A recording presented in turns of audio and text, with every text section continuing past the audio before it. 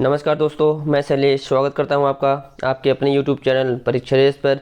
दोस्तों, UP TET, super TET और C TET से संबंधित सीडीपी के प्रैक्टिस सेट का ये 9वां प्रैक्टिस सेट है। इसे आप चाहे प्रैक्टिस सेट बोलें चाहे मॉक टेस्ट बोलें, ये 9वां सेट है। इसके बाद हम लोग शुरू करेंगे टॉपिक वाइज, एक एक टॉपिक को कवर करते हुए सीडीपी को पढ़ेंगे। और अगर आपको इसका पीडीएफ चाहिए तो ज्वाइन करिए हमारे टेलीग्राम चैनल परीक्षा रेस को। आप टेलीग्राम पर सर्च करिए परीक्षा रेस, आपको कुछ इस तरीके का लोगो दिख जाएगा। तो आइए शुरू करते हैं आज का सेशन। और आज के सेशन का हमारा पहला प्रश्न है, बाल्यावस्था में बालक का व्यक्तित्व कैसा होता है। यानी कोई बच्चा है 6 से 12 वर्ष का, उसका व्यक्तित्व कैसा होता है, अंतर्मुखी, बहिर्मुखी या फिर उभयमुखी।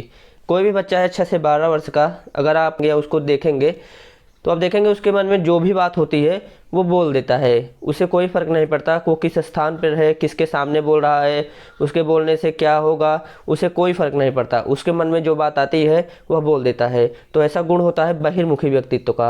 यानी जो बालक होता है वो बहिर्मुखी होता है। आप कोई भी बात उसको बताते हैं कि बेटा ऐसी बात जाके उस अंकल के सामने ऐसे मत बोलना, वो जाएगा और उन्हीं अंकल से बोलेगा कि मेरे डैडी बोले थे कि बेटा ऐसा बात अंकल के सामने मत बोलना। तो यानी आप तैयार रहिए, किसी भी समय आपकी घोर बेइज्जती करने के लिए बालक तैयार रहता है।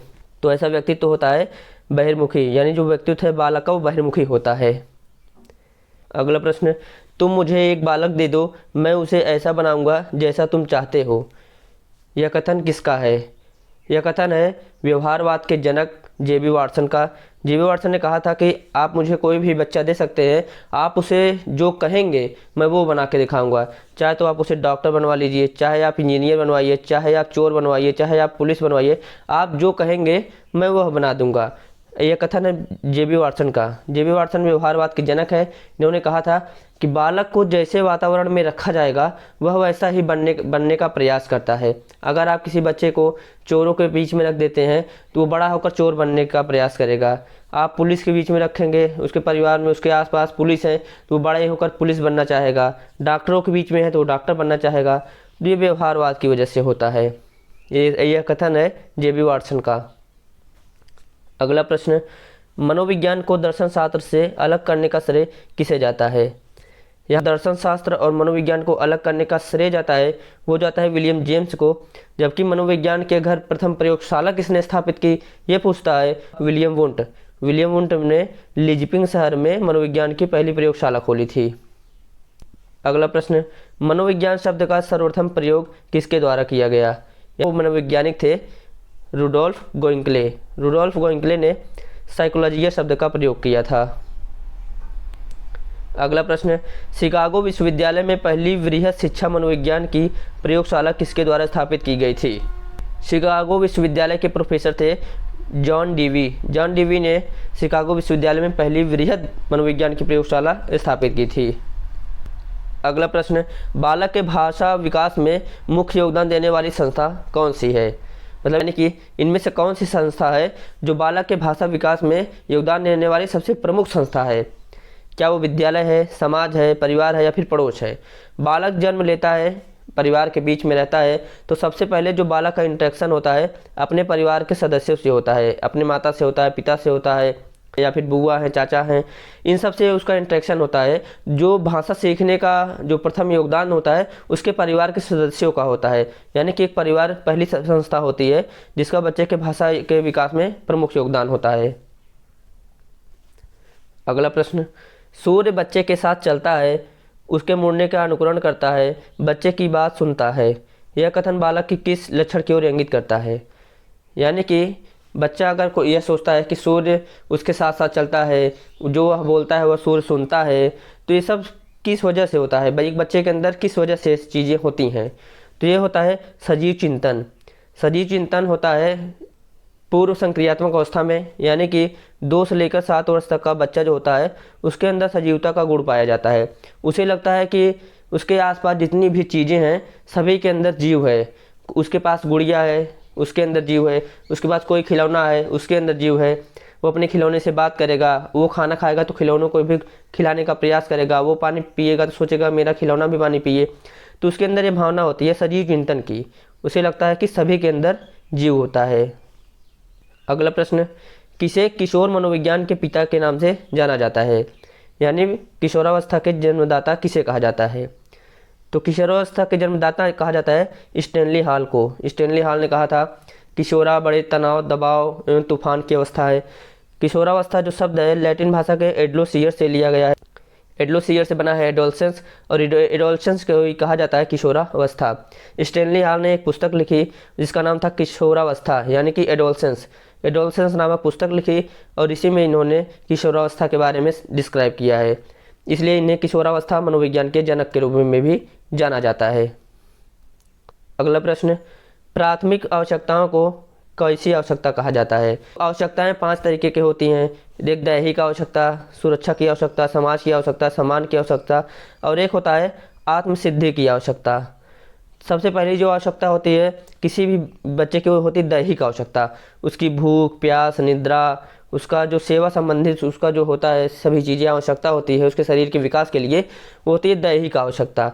दैहिक आवश्यकता को प्राथमिक आवश्यकता कहा जाता है। उसके बाद आती है सुरक्षा की आवश्यकता। बालक का विकास होता है तो हर विकास में कोई न कोई बाधा होती है, कोई न कोई खतरा होता है, तो उस खतरा से उसके सुरक्षा की आवश्यकता होती है। फिर वो थोड़ा बड़ा होता है तो उसे समाज की आवश्यकता होती है, जिस समाज में रहे वहाँ से इंटरेक्शन करे, वहाँ से सीखे, अपना व्यक्ति करे, समाज की आवश्यकता होती है। उसके बाद उस समाज में उसे सम्मान चाहिए होता है कि उस समाज में उससे प्रॉपर सम्मान मिले, उसका भी एक स्थान हो, लोग उसे इज्जत दें। उसके बाद जो आखिरी होता है वो होता है आत्मसिद्धि। आत्मसिद्धि पे तक बहुत कम ही लोग पहुंच पाते हैं। आत्मसिद्धि का तात्पर्य होता है कि जो आपका प्राथमिक लक्ष्य है आप उसे पूरा कर लें। जैसे आपका लक्ष्य अगर है कि शिक्षक, मुझे शिक्षक बनना है, शुरू से ही आपका लक्ष्य है कि मैं एक बड़े होकर एक टीचर बनूंगा। अगर आप टीचर नहीं बन पाते हैं, उससे बड़े बड़े किसी भी पोस्ट पे आप चले जाएँ, कोई या तो आप इंजीनियर बन जाए, डॉक्टर बन जाएं, आप IAS IPS ऑफिसर बन जाएं, प्रधानमंत्री बन जाएं, लेकिन वो आपकी आत्मसिद्धि नहीं है। वो आप एक प्रबल इच्छा है, आप उसके ऊपर कुछ भी बन सकते हैं, लेकिन वो आपकी आत्मसिद्धि नहीं हो सकती है। आत्मसिद्धि का है जो आप बनना चाहते हैं वही बने। अगला प्रश्न, पर्यावरण बाहरी वस्तु है जो हमें प्रभावित करती है, यह कथन किसका है? यह कथन है रॉस का। रॉस ने कहा था कि जो भी हमारे आसपास की चीज़ें हैं, पर्यावरण की जो बाहरी वस्तुएं हैं, वो जो हमें प्रभावित करती हैं वही पर्यावरण है। अगला प्रश्न, बच्चे दुनिया के बारे में अपनी समझ का सृजन करते हैं, इसका श्रेय किसे जाता है? यानी किस मनोवैज्ञानिक ने यह कहा है या फिर यह बताया है कि बच्चे जो है दुनिया के बारे में स्वयं से अपना एक समझ विकसित करते हैं? तो ये बताया है जीन पियाजे ने। जीन पियाजे ने कहा कि बच्चे को समाज में छोड़ देना चाहिए, वो खुद समाज के बारे में अपनी समझ का सृजन कर लेगा। उसे कहाँ रहना है, उसे कैसे रहना है, उसे समाज में क्या करना है, उसके जीवन जीने के लिए क्या करना है, तो समाज के बारे में, दुनिया के बारे में उसकी सारी जो समझ होगी वो खुद से अपना विकसित कर लेगा। तो ऐसा कहा है जीन पियाजे ने। अगला प्रश्न, अवधारणाओं का विकास मुख्य रूप से किसका हिस्सा है? अवधारणा यानी कि जो कॉन्सेप्ट आपके माइंड में बनता है वह किस चीज़ का हिस्सा होता है? क्या वो आपके शारीरिक विकास से संबंधित है, या फिर बौद्धिक, या फिर सामाजिक, या फिर भावात्मक विकास से? अवधारणाएं क्या होती हैं?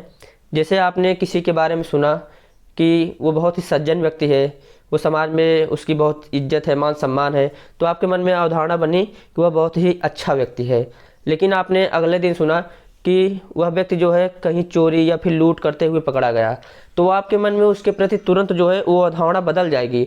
आपके मन में उसके प्रति चोर की अवधारणा बन जाएगी। वह तो चोर है, मैं उसे जो समझता था वह तो एक अच्छा व्यक्ति ना होकर एक चोर है। तो वो आपका डिसाइड होता है, या फिर वो आपका बौद्धिक विकास होता है, वो आपके मन से डिसाइड होता है। आप उसके बारे में अपने बौद्धिक रूप से, अपनी समझ से जो है अवधारणा बनाते हैं।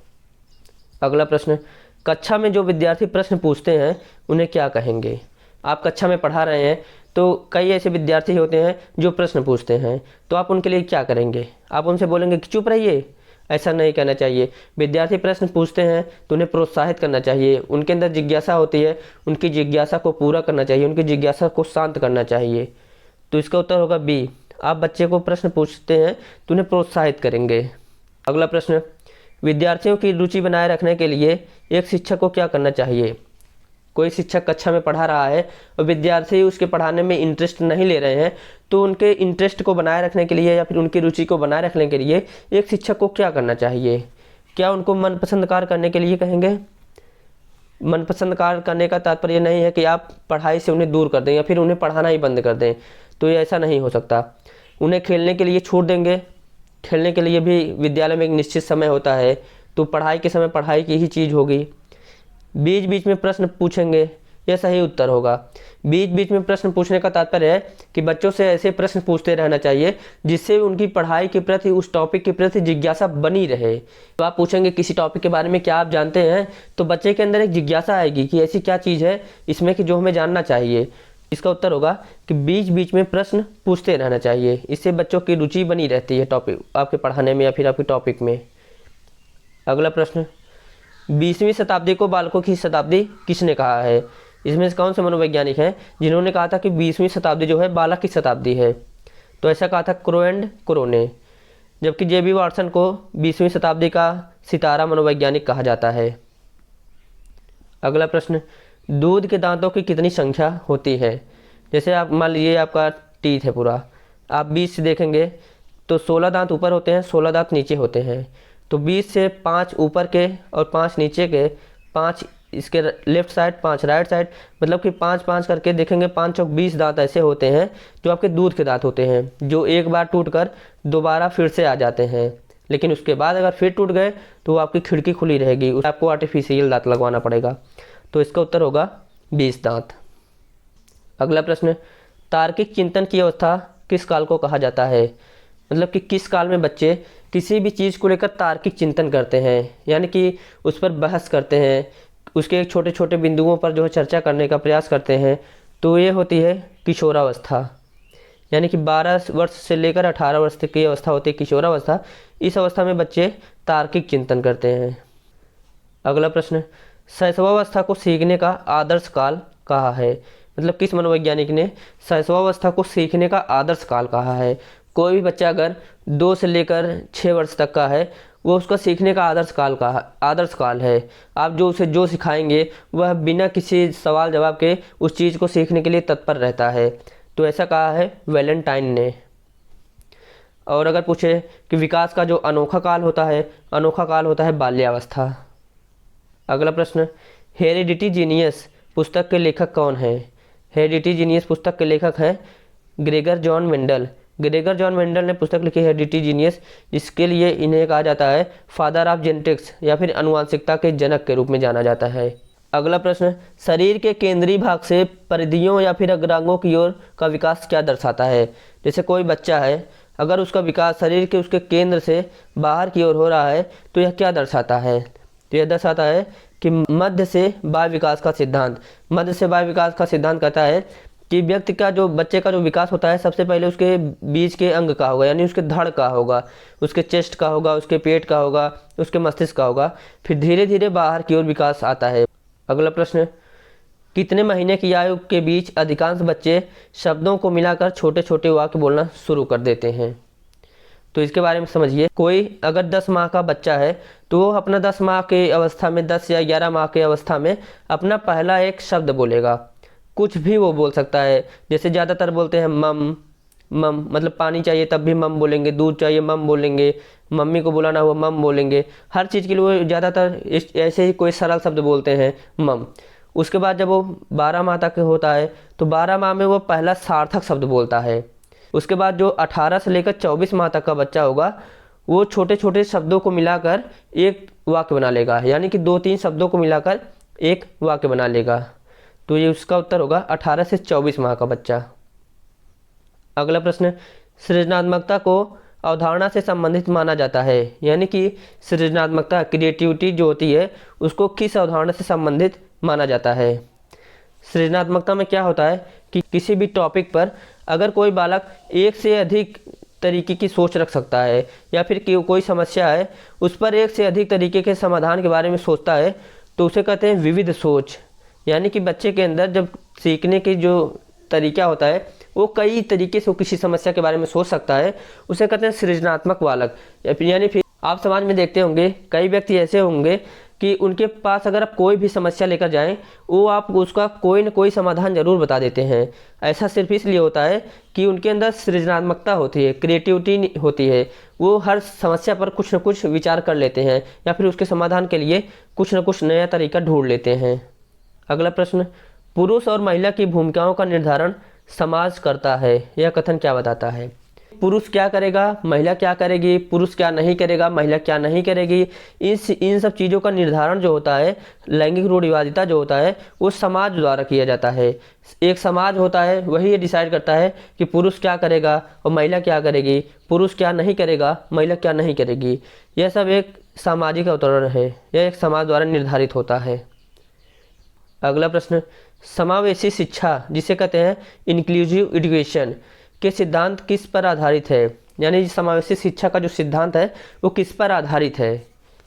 समावेशी शिक्षा कहती है कि एक ही कक्ष में सभी बालक, सामान्य बालक और विशिष्ट बालक में सभी बालक आ जाते हैं, चाहे वो प्रतिभाशाली हो, चाहे मंद बुद्धि के हो, चाहे वो दिव्यांग हो, चाहे सृजनशील हो, सामान्य हो, सभी बालक जो है एक ही कक्षा में उनको पढ़ने का, उनको सीखने का, उनको समान अवसर दिया जाना चाहिए। ऐसा मानना है समावेशी शिक्षा का। तो इसका उत्तर होगा समता व समान अवसर, यानी कि सभी को सीखने के लिए समान अवसर उपलब्ध कराना या फिर समान अवसर देना, यह है समावेशी शिक्षा। अगला प्रश्न, बालकों में सतत मूल्यांकन करने का मुख्य उद्देश्य क्या है? मतलब अगर जो बालक है उनका जो कंटिन्यूअस इवैल्यूएशन किया जाता है, सतत मूल्यांकन किया जाता है, उसका मुख्य उद्देश्य क्या होता है? शिष्यों, अध्यापकों की कमजोरियों का पता लगाना, क्या उसका उद्देश्य होता है कि अपने शिष्यों की कमजोरियों का पता लगाना या फिर अध्यापकों की कमजोरियों का पता लगाना? तो इसका सही उत्तर हो सकता है, क्योंकि जो शिष्य होते हैं, जो बच्चा होता है, सीखने में क्या गलती कर रहा है, क्या त्रुटि कर रहा है, अगर आप उसका लगातार निरंतर मूल्यांकन करते रहते हैं तो उसका आपको पता चलेगा। तो आप उसके त्रुटियों के समाधान के लिए, उसके त्रुटियों के उपचार के लिए आप उपचारात्मक शिक्षण कर देंगे। अध्यापक है, उसका भी मूल्यांकन होता रहता है कि आखिर उस किस तरीके का, कौन सा तरीका उसे और अपनाना चाहिए जिससे बच्चे को चीज़ें अधिक से अधिक समझ में आए। तो यह होता है, अध्यापकों का भी मूल्यांकन हो जाता है। छात्रों को विशेषज्ञता स्तर तक पहुँचाना, यानी कि जो छात्र की एक अधिकतम सीमा होती है, सीखने की अधिकतम सीमा होती है, वहाँ तक पहुँचाना होता है। तो ये सभी जो है एक सतत मूल्यांकन का मुख्य उद्देश्य है। अगला प्रश्न, क्रिया की सफलता में से संतोष एवं असफलता से असंतोष होता है, थार्नडाइक के किस नियम की ओर संकेत करता है? अगला प्रश्न, क्रिया की सफलता से संतोष एवं असफलता से असंतोष होता है, थार्नडाइक के किस नियम की ओर इशारा करता है? तो ये थार्नडाइक के प्रभाव की ओर इशारा करता है, प्रभाव के नियम की ओर। इसमें थार्नडाइक कहते हैं कि कोई भी क्रिया करने से अगर बच्चे को संतोष मिलता है या फिर सफलता मिलती है तो उसे संतोष होगा, और अगर उस कार्य करने से बच्चे को असफलता मिलती है उसे असंतोष होगा। अगर उससे संतोषजनक परिणाम मिलता है तो वह उस क्रिया को दोहराएगा, उसका प्रभाव उस पर सकारात्मक पड़ेगा और उसे वह लगातार दोहराएगा, उसे अपनी आदत में बनाएगा। अगर उसका प्रभाव जो है नकारात्मक होता है, असंतोष मिलता है, तो वह उस क्रिया को करना बंद कर देगा। तो ये है थार्नडाइक के प्रभाव का नियम। अगला प्रश्न, तिरस्कृत बालक की समस्या का प्रमुख कारक क्या होता है? एक तिरस्कृत बालक वह होता है जो खुद को समाज से अलग थलग महसूस करने लगता है, खुद को समाज से या फिर परिवार से, अपने साथियों से अलग थलग महसूस करने लगता है। यह किस कारण से हो सकता है? परिवार के निम्न आर्थिक स्तर? नहीं, आर्थिक स्तर की दोस्ती या फिर इसमें कोई भी बाधा नहीं होती है। बालक में झूठ बोलने की आदत, झूठ बोलकर तिरस्कृत का अनुभव नहीं कर सकता है बालक के द्वारा कानून की अवहेलना, यह भी नहीं होगा। तो इसका उत्तर होगा चौथा, माता पिता की आपसी लड़ाई। माता पिता की आपसी लड़ाई की वजह से बच्चे को वह स्नेह, वह प्रेम नहीं प्राप्त हो पाता है, जिससे वह अपने परिवार से तिरस्कृत महसूस करने लगता है, यानी अलग थलग महसूस करने लगता है। इसकी वजह से बच्चे के अंदर कुंठा की भावना आने लगती है। तो इसका प्रमुख जो कारण है, माता पिता की आपसी लड़ाई हो सकती है। अगला प्रश्न, एक शिक्षक होने के नाते यदि आपका मन आपकी अपनी निजी समस्या से ग्रसित है तब आप उचित क्या समझेंगे? यदि आप एक शिक्षक हैं, आपका मन आपकी कोई निजी समस्या है उससे ग्रसित है, तब आप उचित क्या समझेंगे? जैसे आप शिक्षक हैं, आप पढ़ाकर शाम को घर जाते हैं, तो घर पे देखते हैं कि आपकी बीवी और आपकी माँ जो है झगड़ा करती हैं, लड़ाई करती हैं, तो बीवी आके अलग माँ की शिकायत करेगी, माँ आके भी आपकी बीवी की शिकायत करेगी। तो तमाम प्रकार की उलझन, आपका पड़ोसी है वो कहीं आपके खेत में कब्जा कर रहा है, कहीं आपके घर पे कब्जा कर रहा है, तो या तो फिर कोई और समस्या है, कोई रिश्तेदार हैं वो आके कोई टेंशन दे के चले जा रहे हैं। तो ये तमाम समस्याएं होती हैं आदमी की ज़िंदगी में जिससे वो ग्रसित रहता है। तो क्या इसका प्रभाव बालक की ज़िंदगी पर पड़ना चाहिए? आइए इसके ऑप्शन को देखते हैं। बालक को डांट कर अपना मन हल्का हल्का कर लेंगे, या आप घर से परेशान होकर गए हैं, घर से झगड़ा करके गए हैं, तो बालक को डांट कर आप अपना मन हल्का कर लेंगे? ऐसा नहीं करना चाहिए। बालकों को पढ़ाएंगे नहीं कि आज मैं भाई घर से बहुत मैं डिस्टर्ब हूँ, मैं नहीं पढ़ाऊँगा, ऐसा भी नहीं हो सकता। बालकों को मारपीट करेंगे, बालकों से मारपीट करने का कोई सवाल ही नहीं उठता है। आप अपनी समस्या को अपने तक सीमित करेंगे, आप अपनी समस्या का बालकों पर कोई प्रभाव न पड़ने दें, ऐसा आपका विचार होना चाहिए, ऐसी आपकी सोच होनी चाहिए कि आपकी कोई भी समस्या है उसका आपके बालक से कोई सरोकार नहीं होना चाहिए। अगला प्रश्न, जब आप एक शिक्षक समूह से जुड़ जाते हैं और अपने समूह के अन्य लोगों की तरह पोशाक धारण करने लगते हैं तो आप प्रदर्शन करते हैं।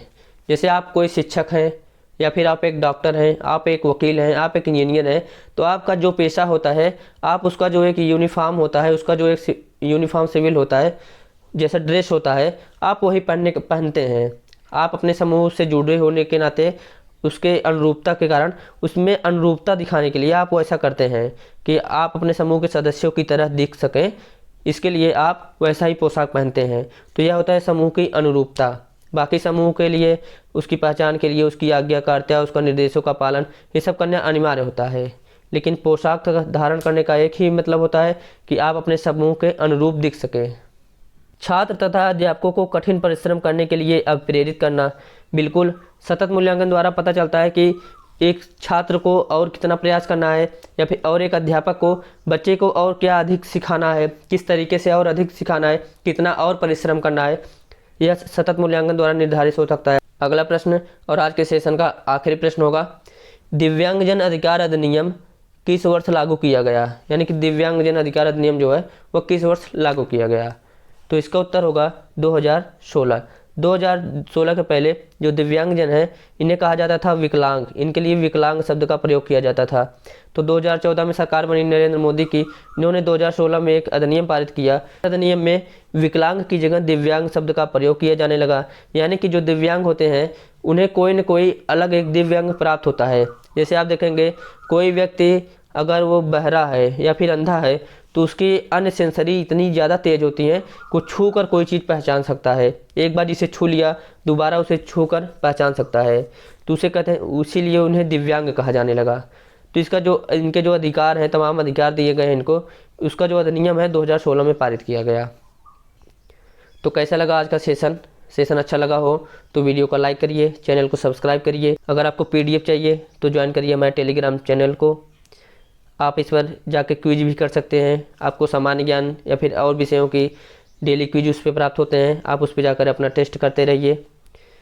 तो बने रहिए हमारे साथ, मिलेंगे फिर और ऐसे ही वीडियो के साथ। तब तक के लिए धन्यवाद, नमस्कार।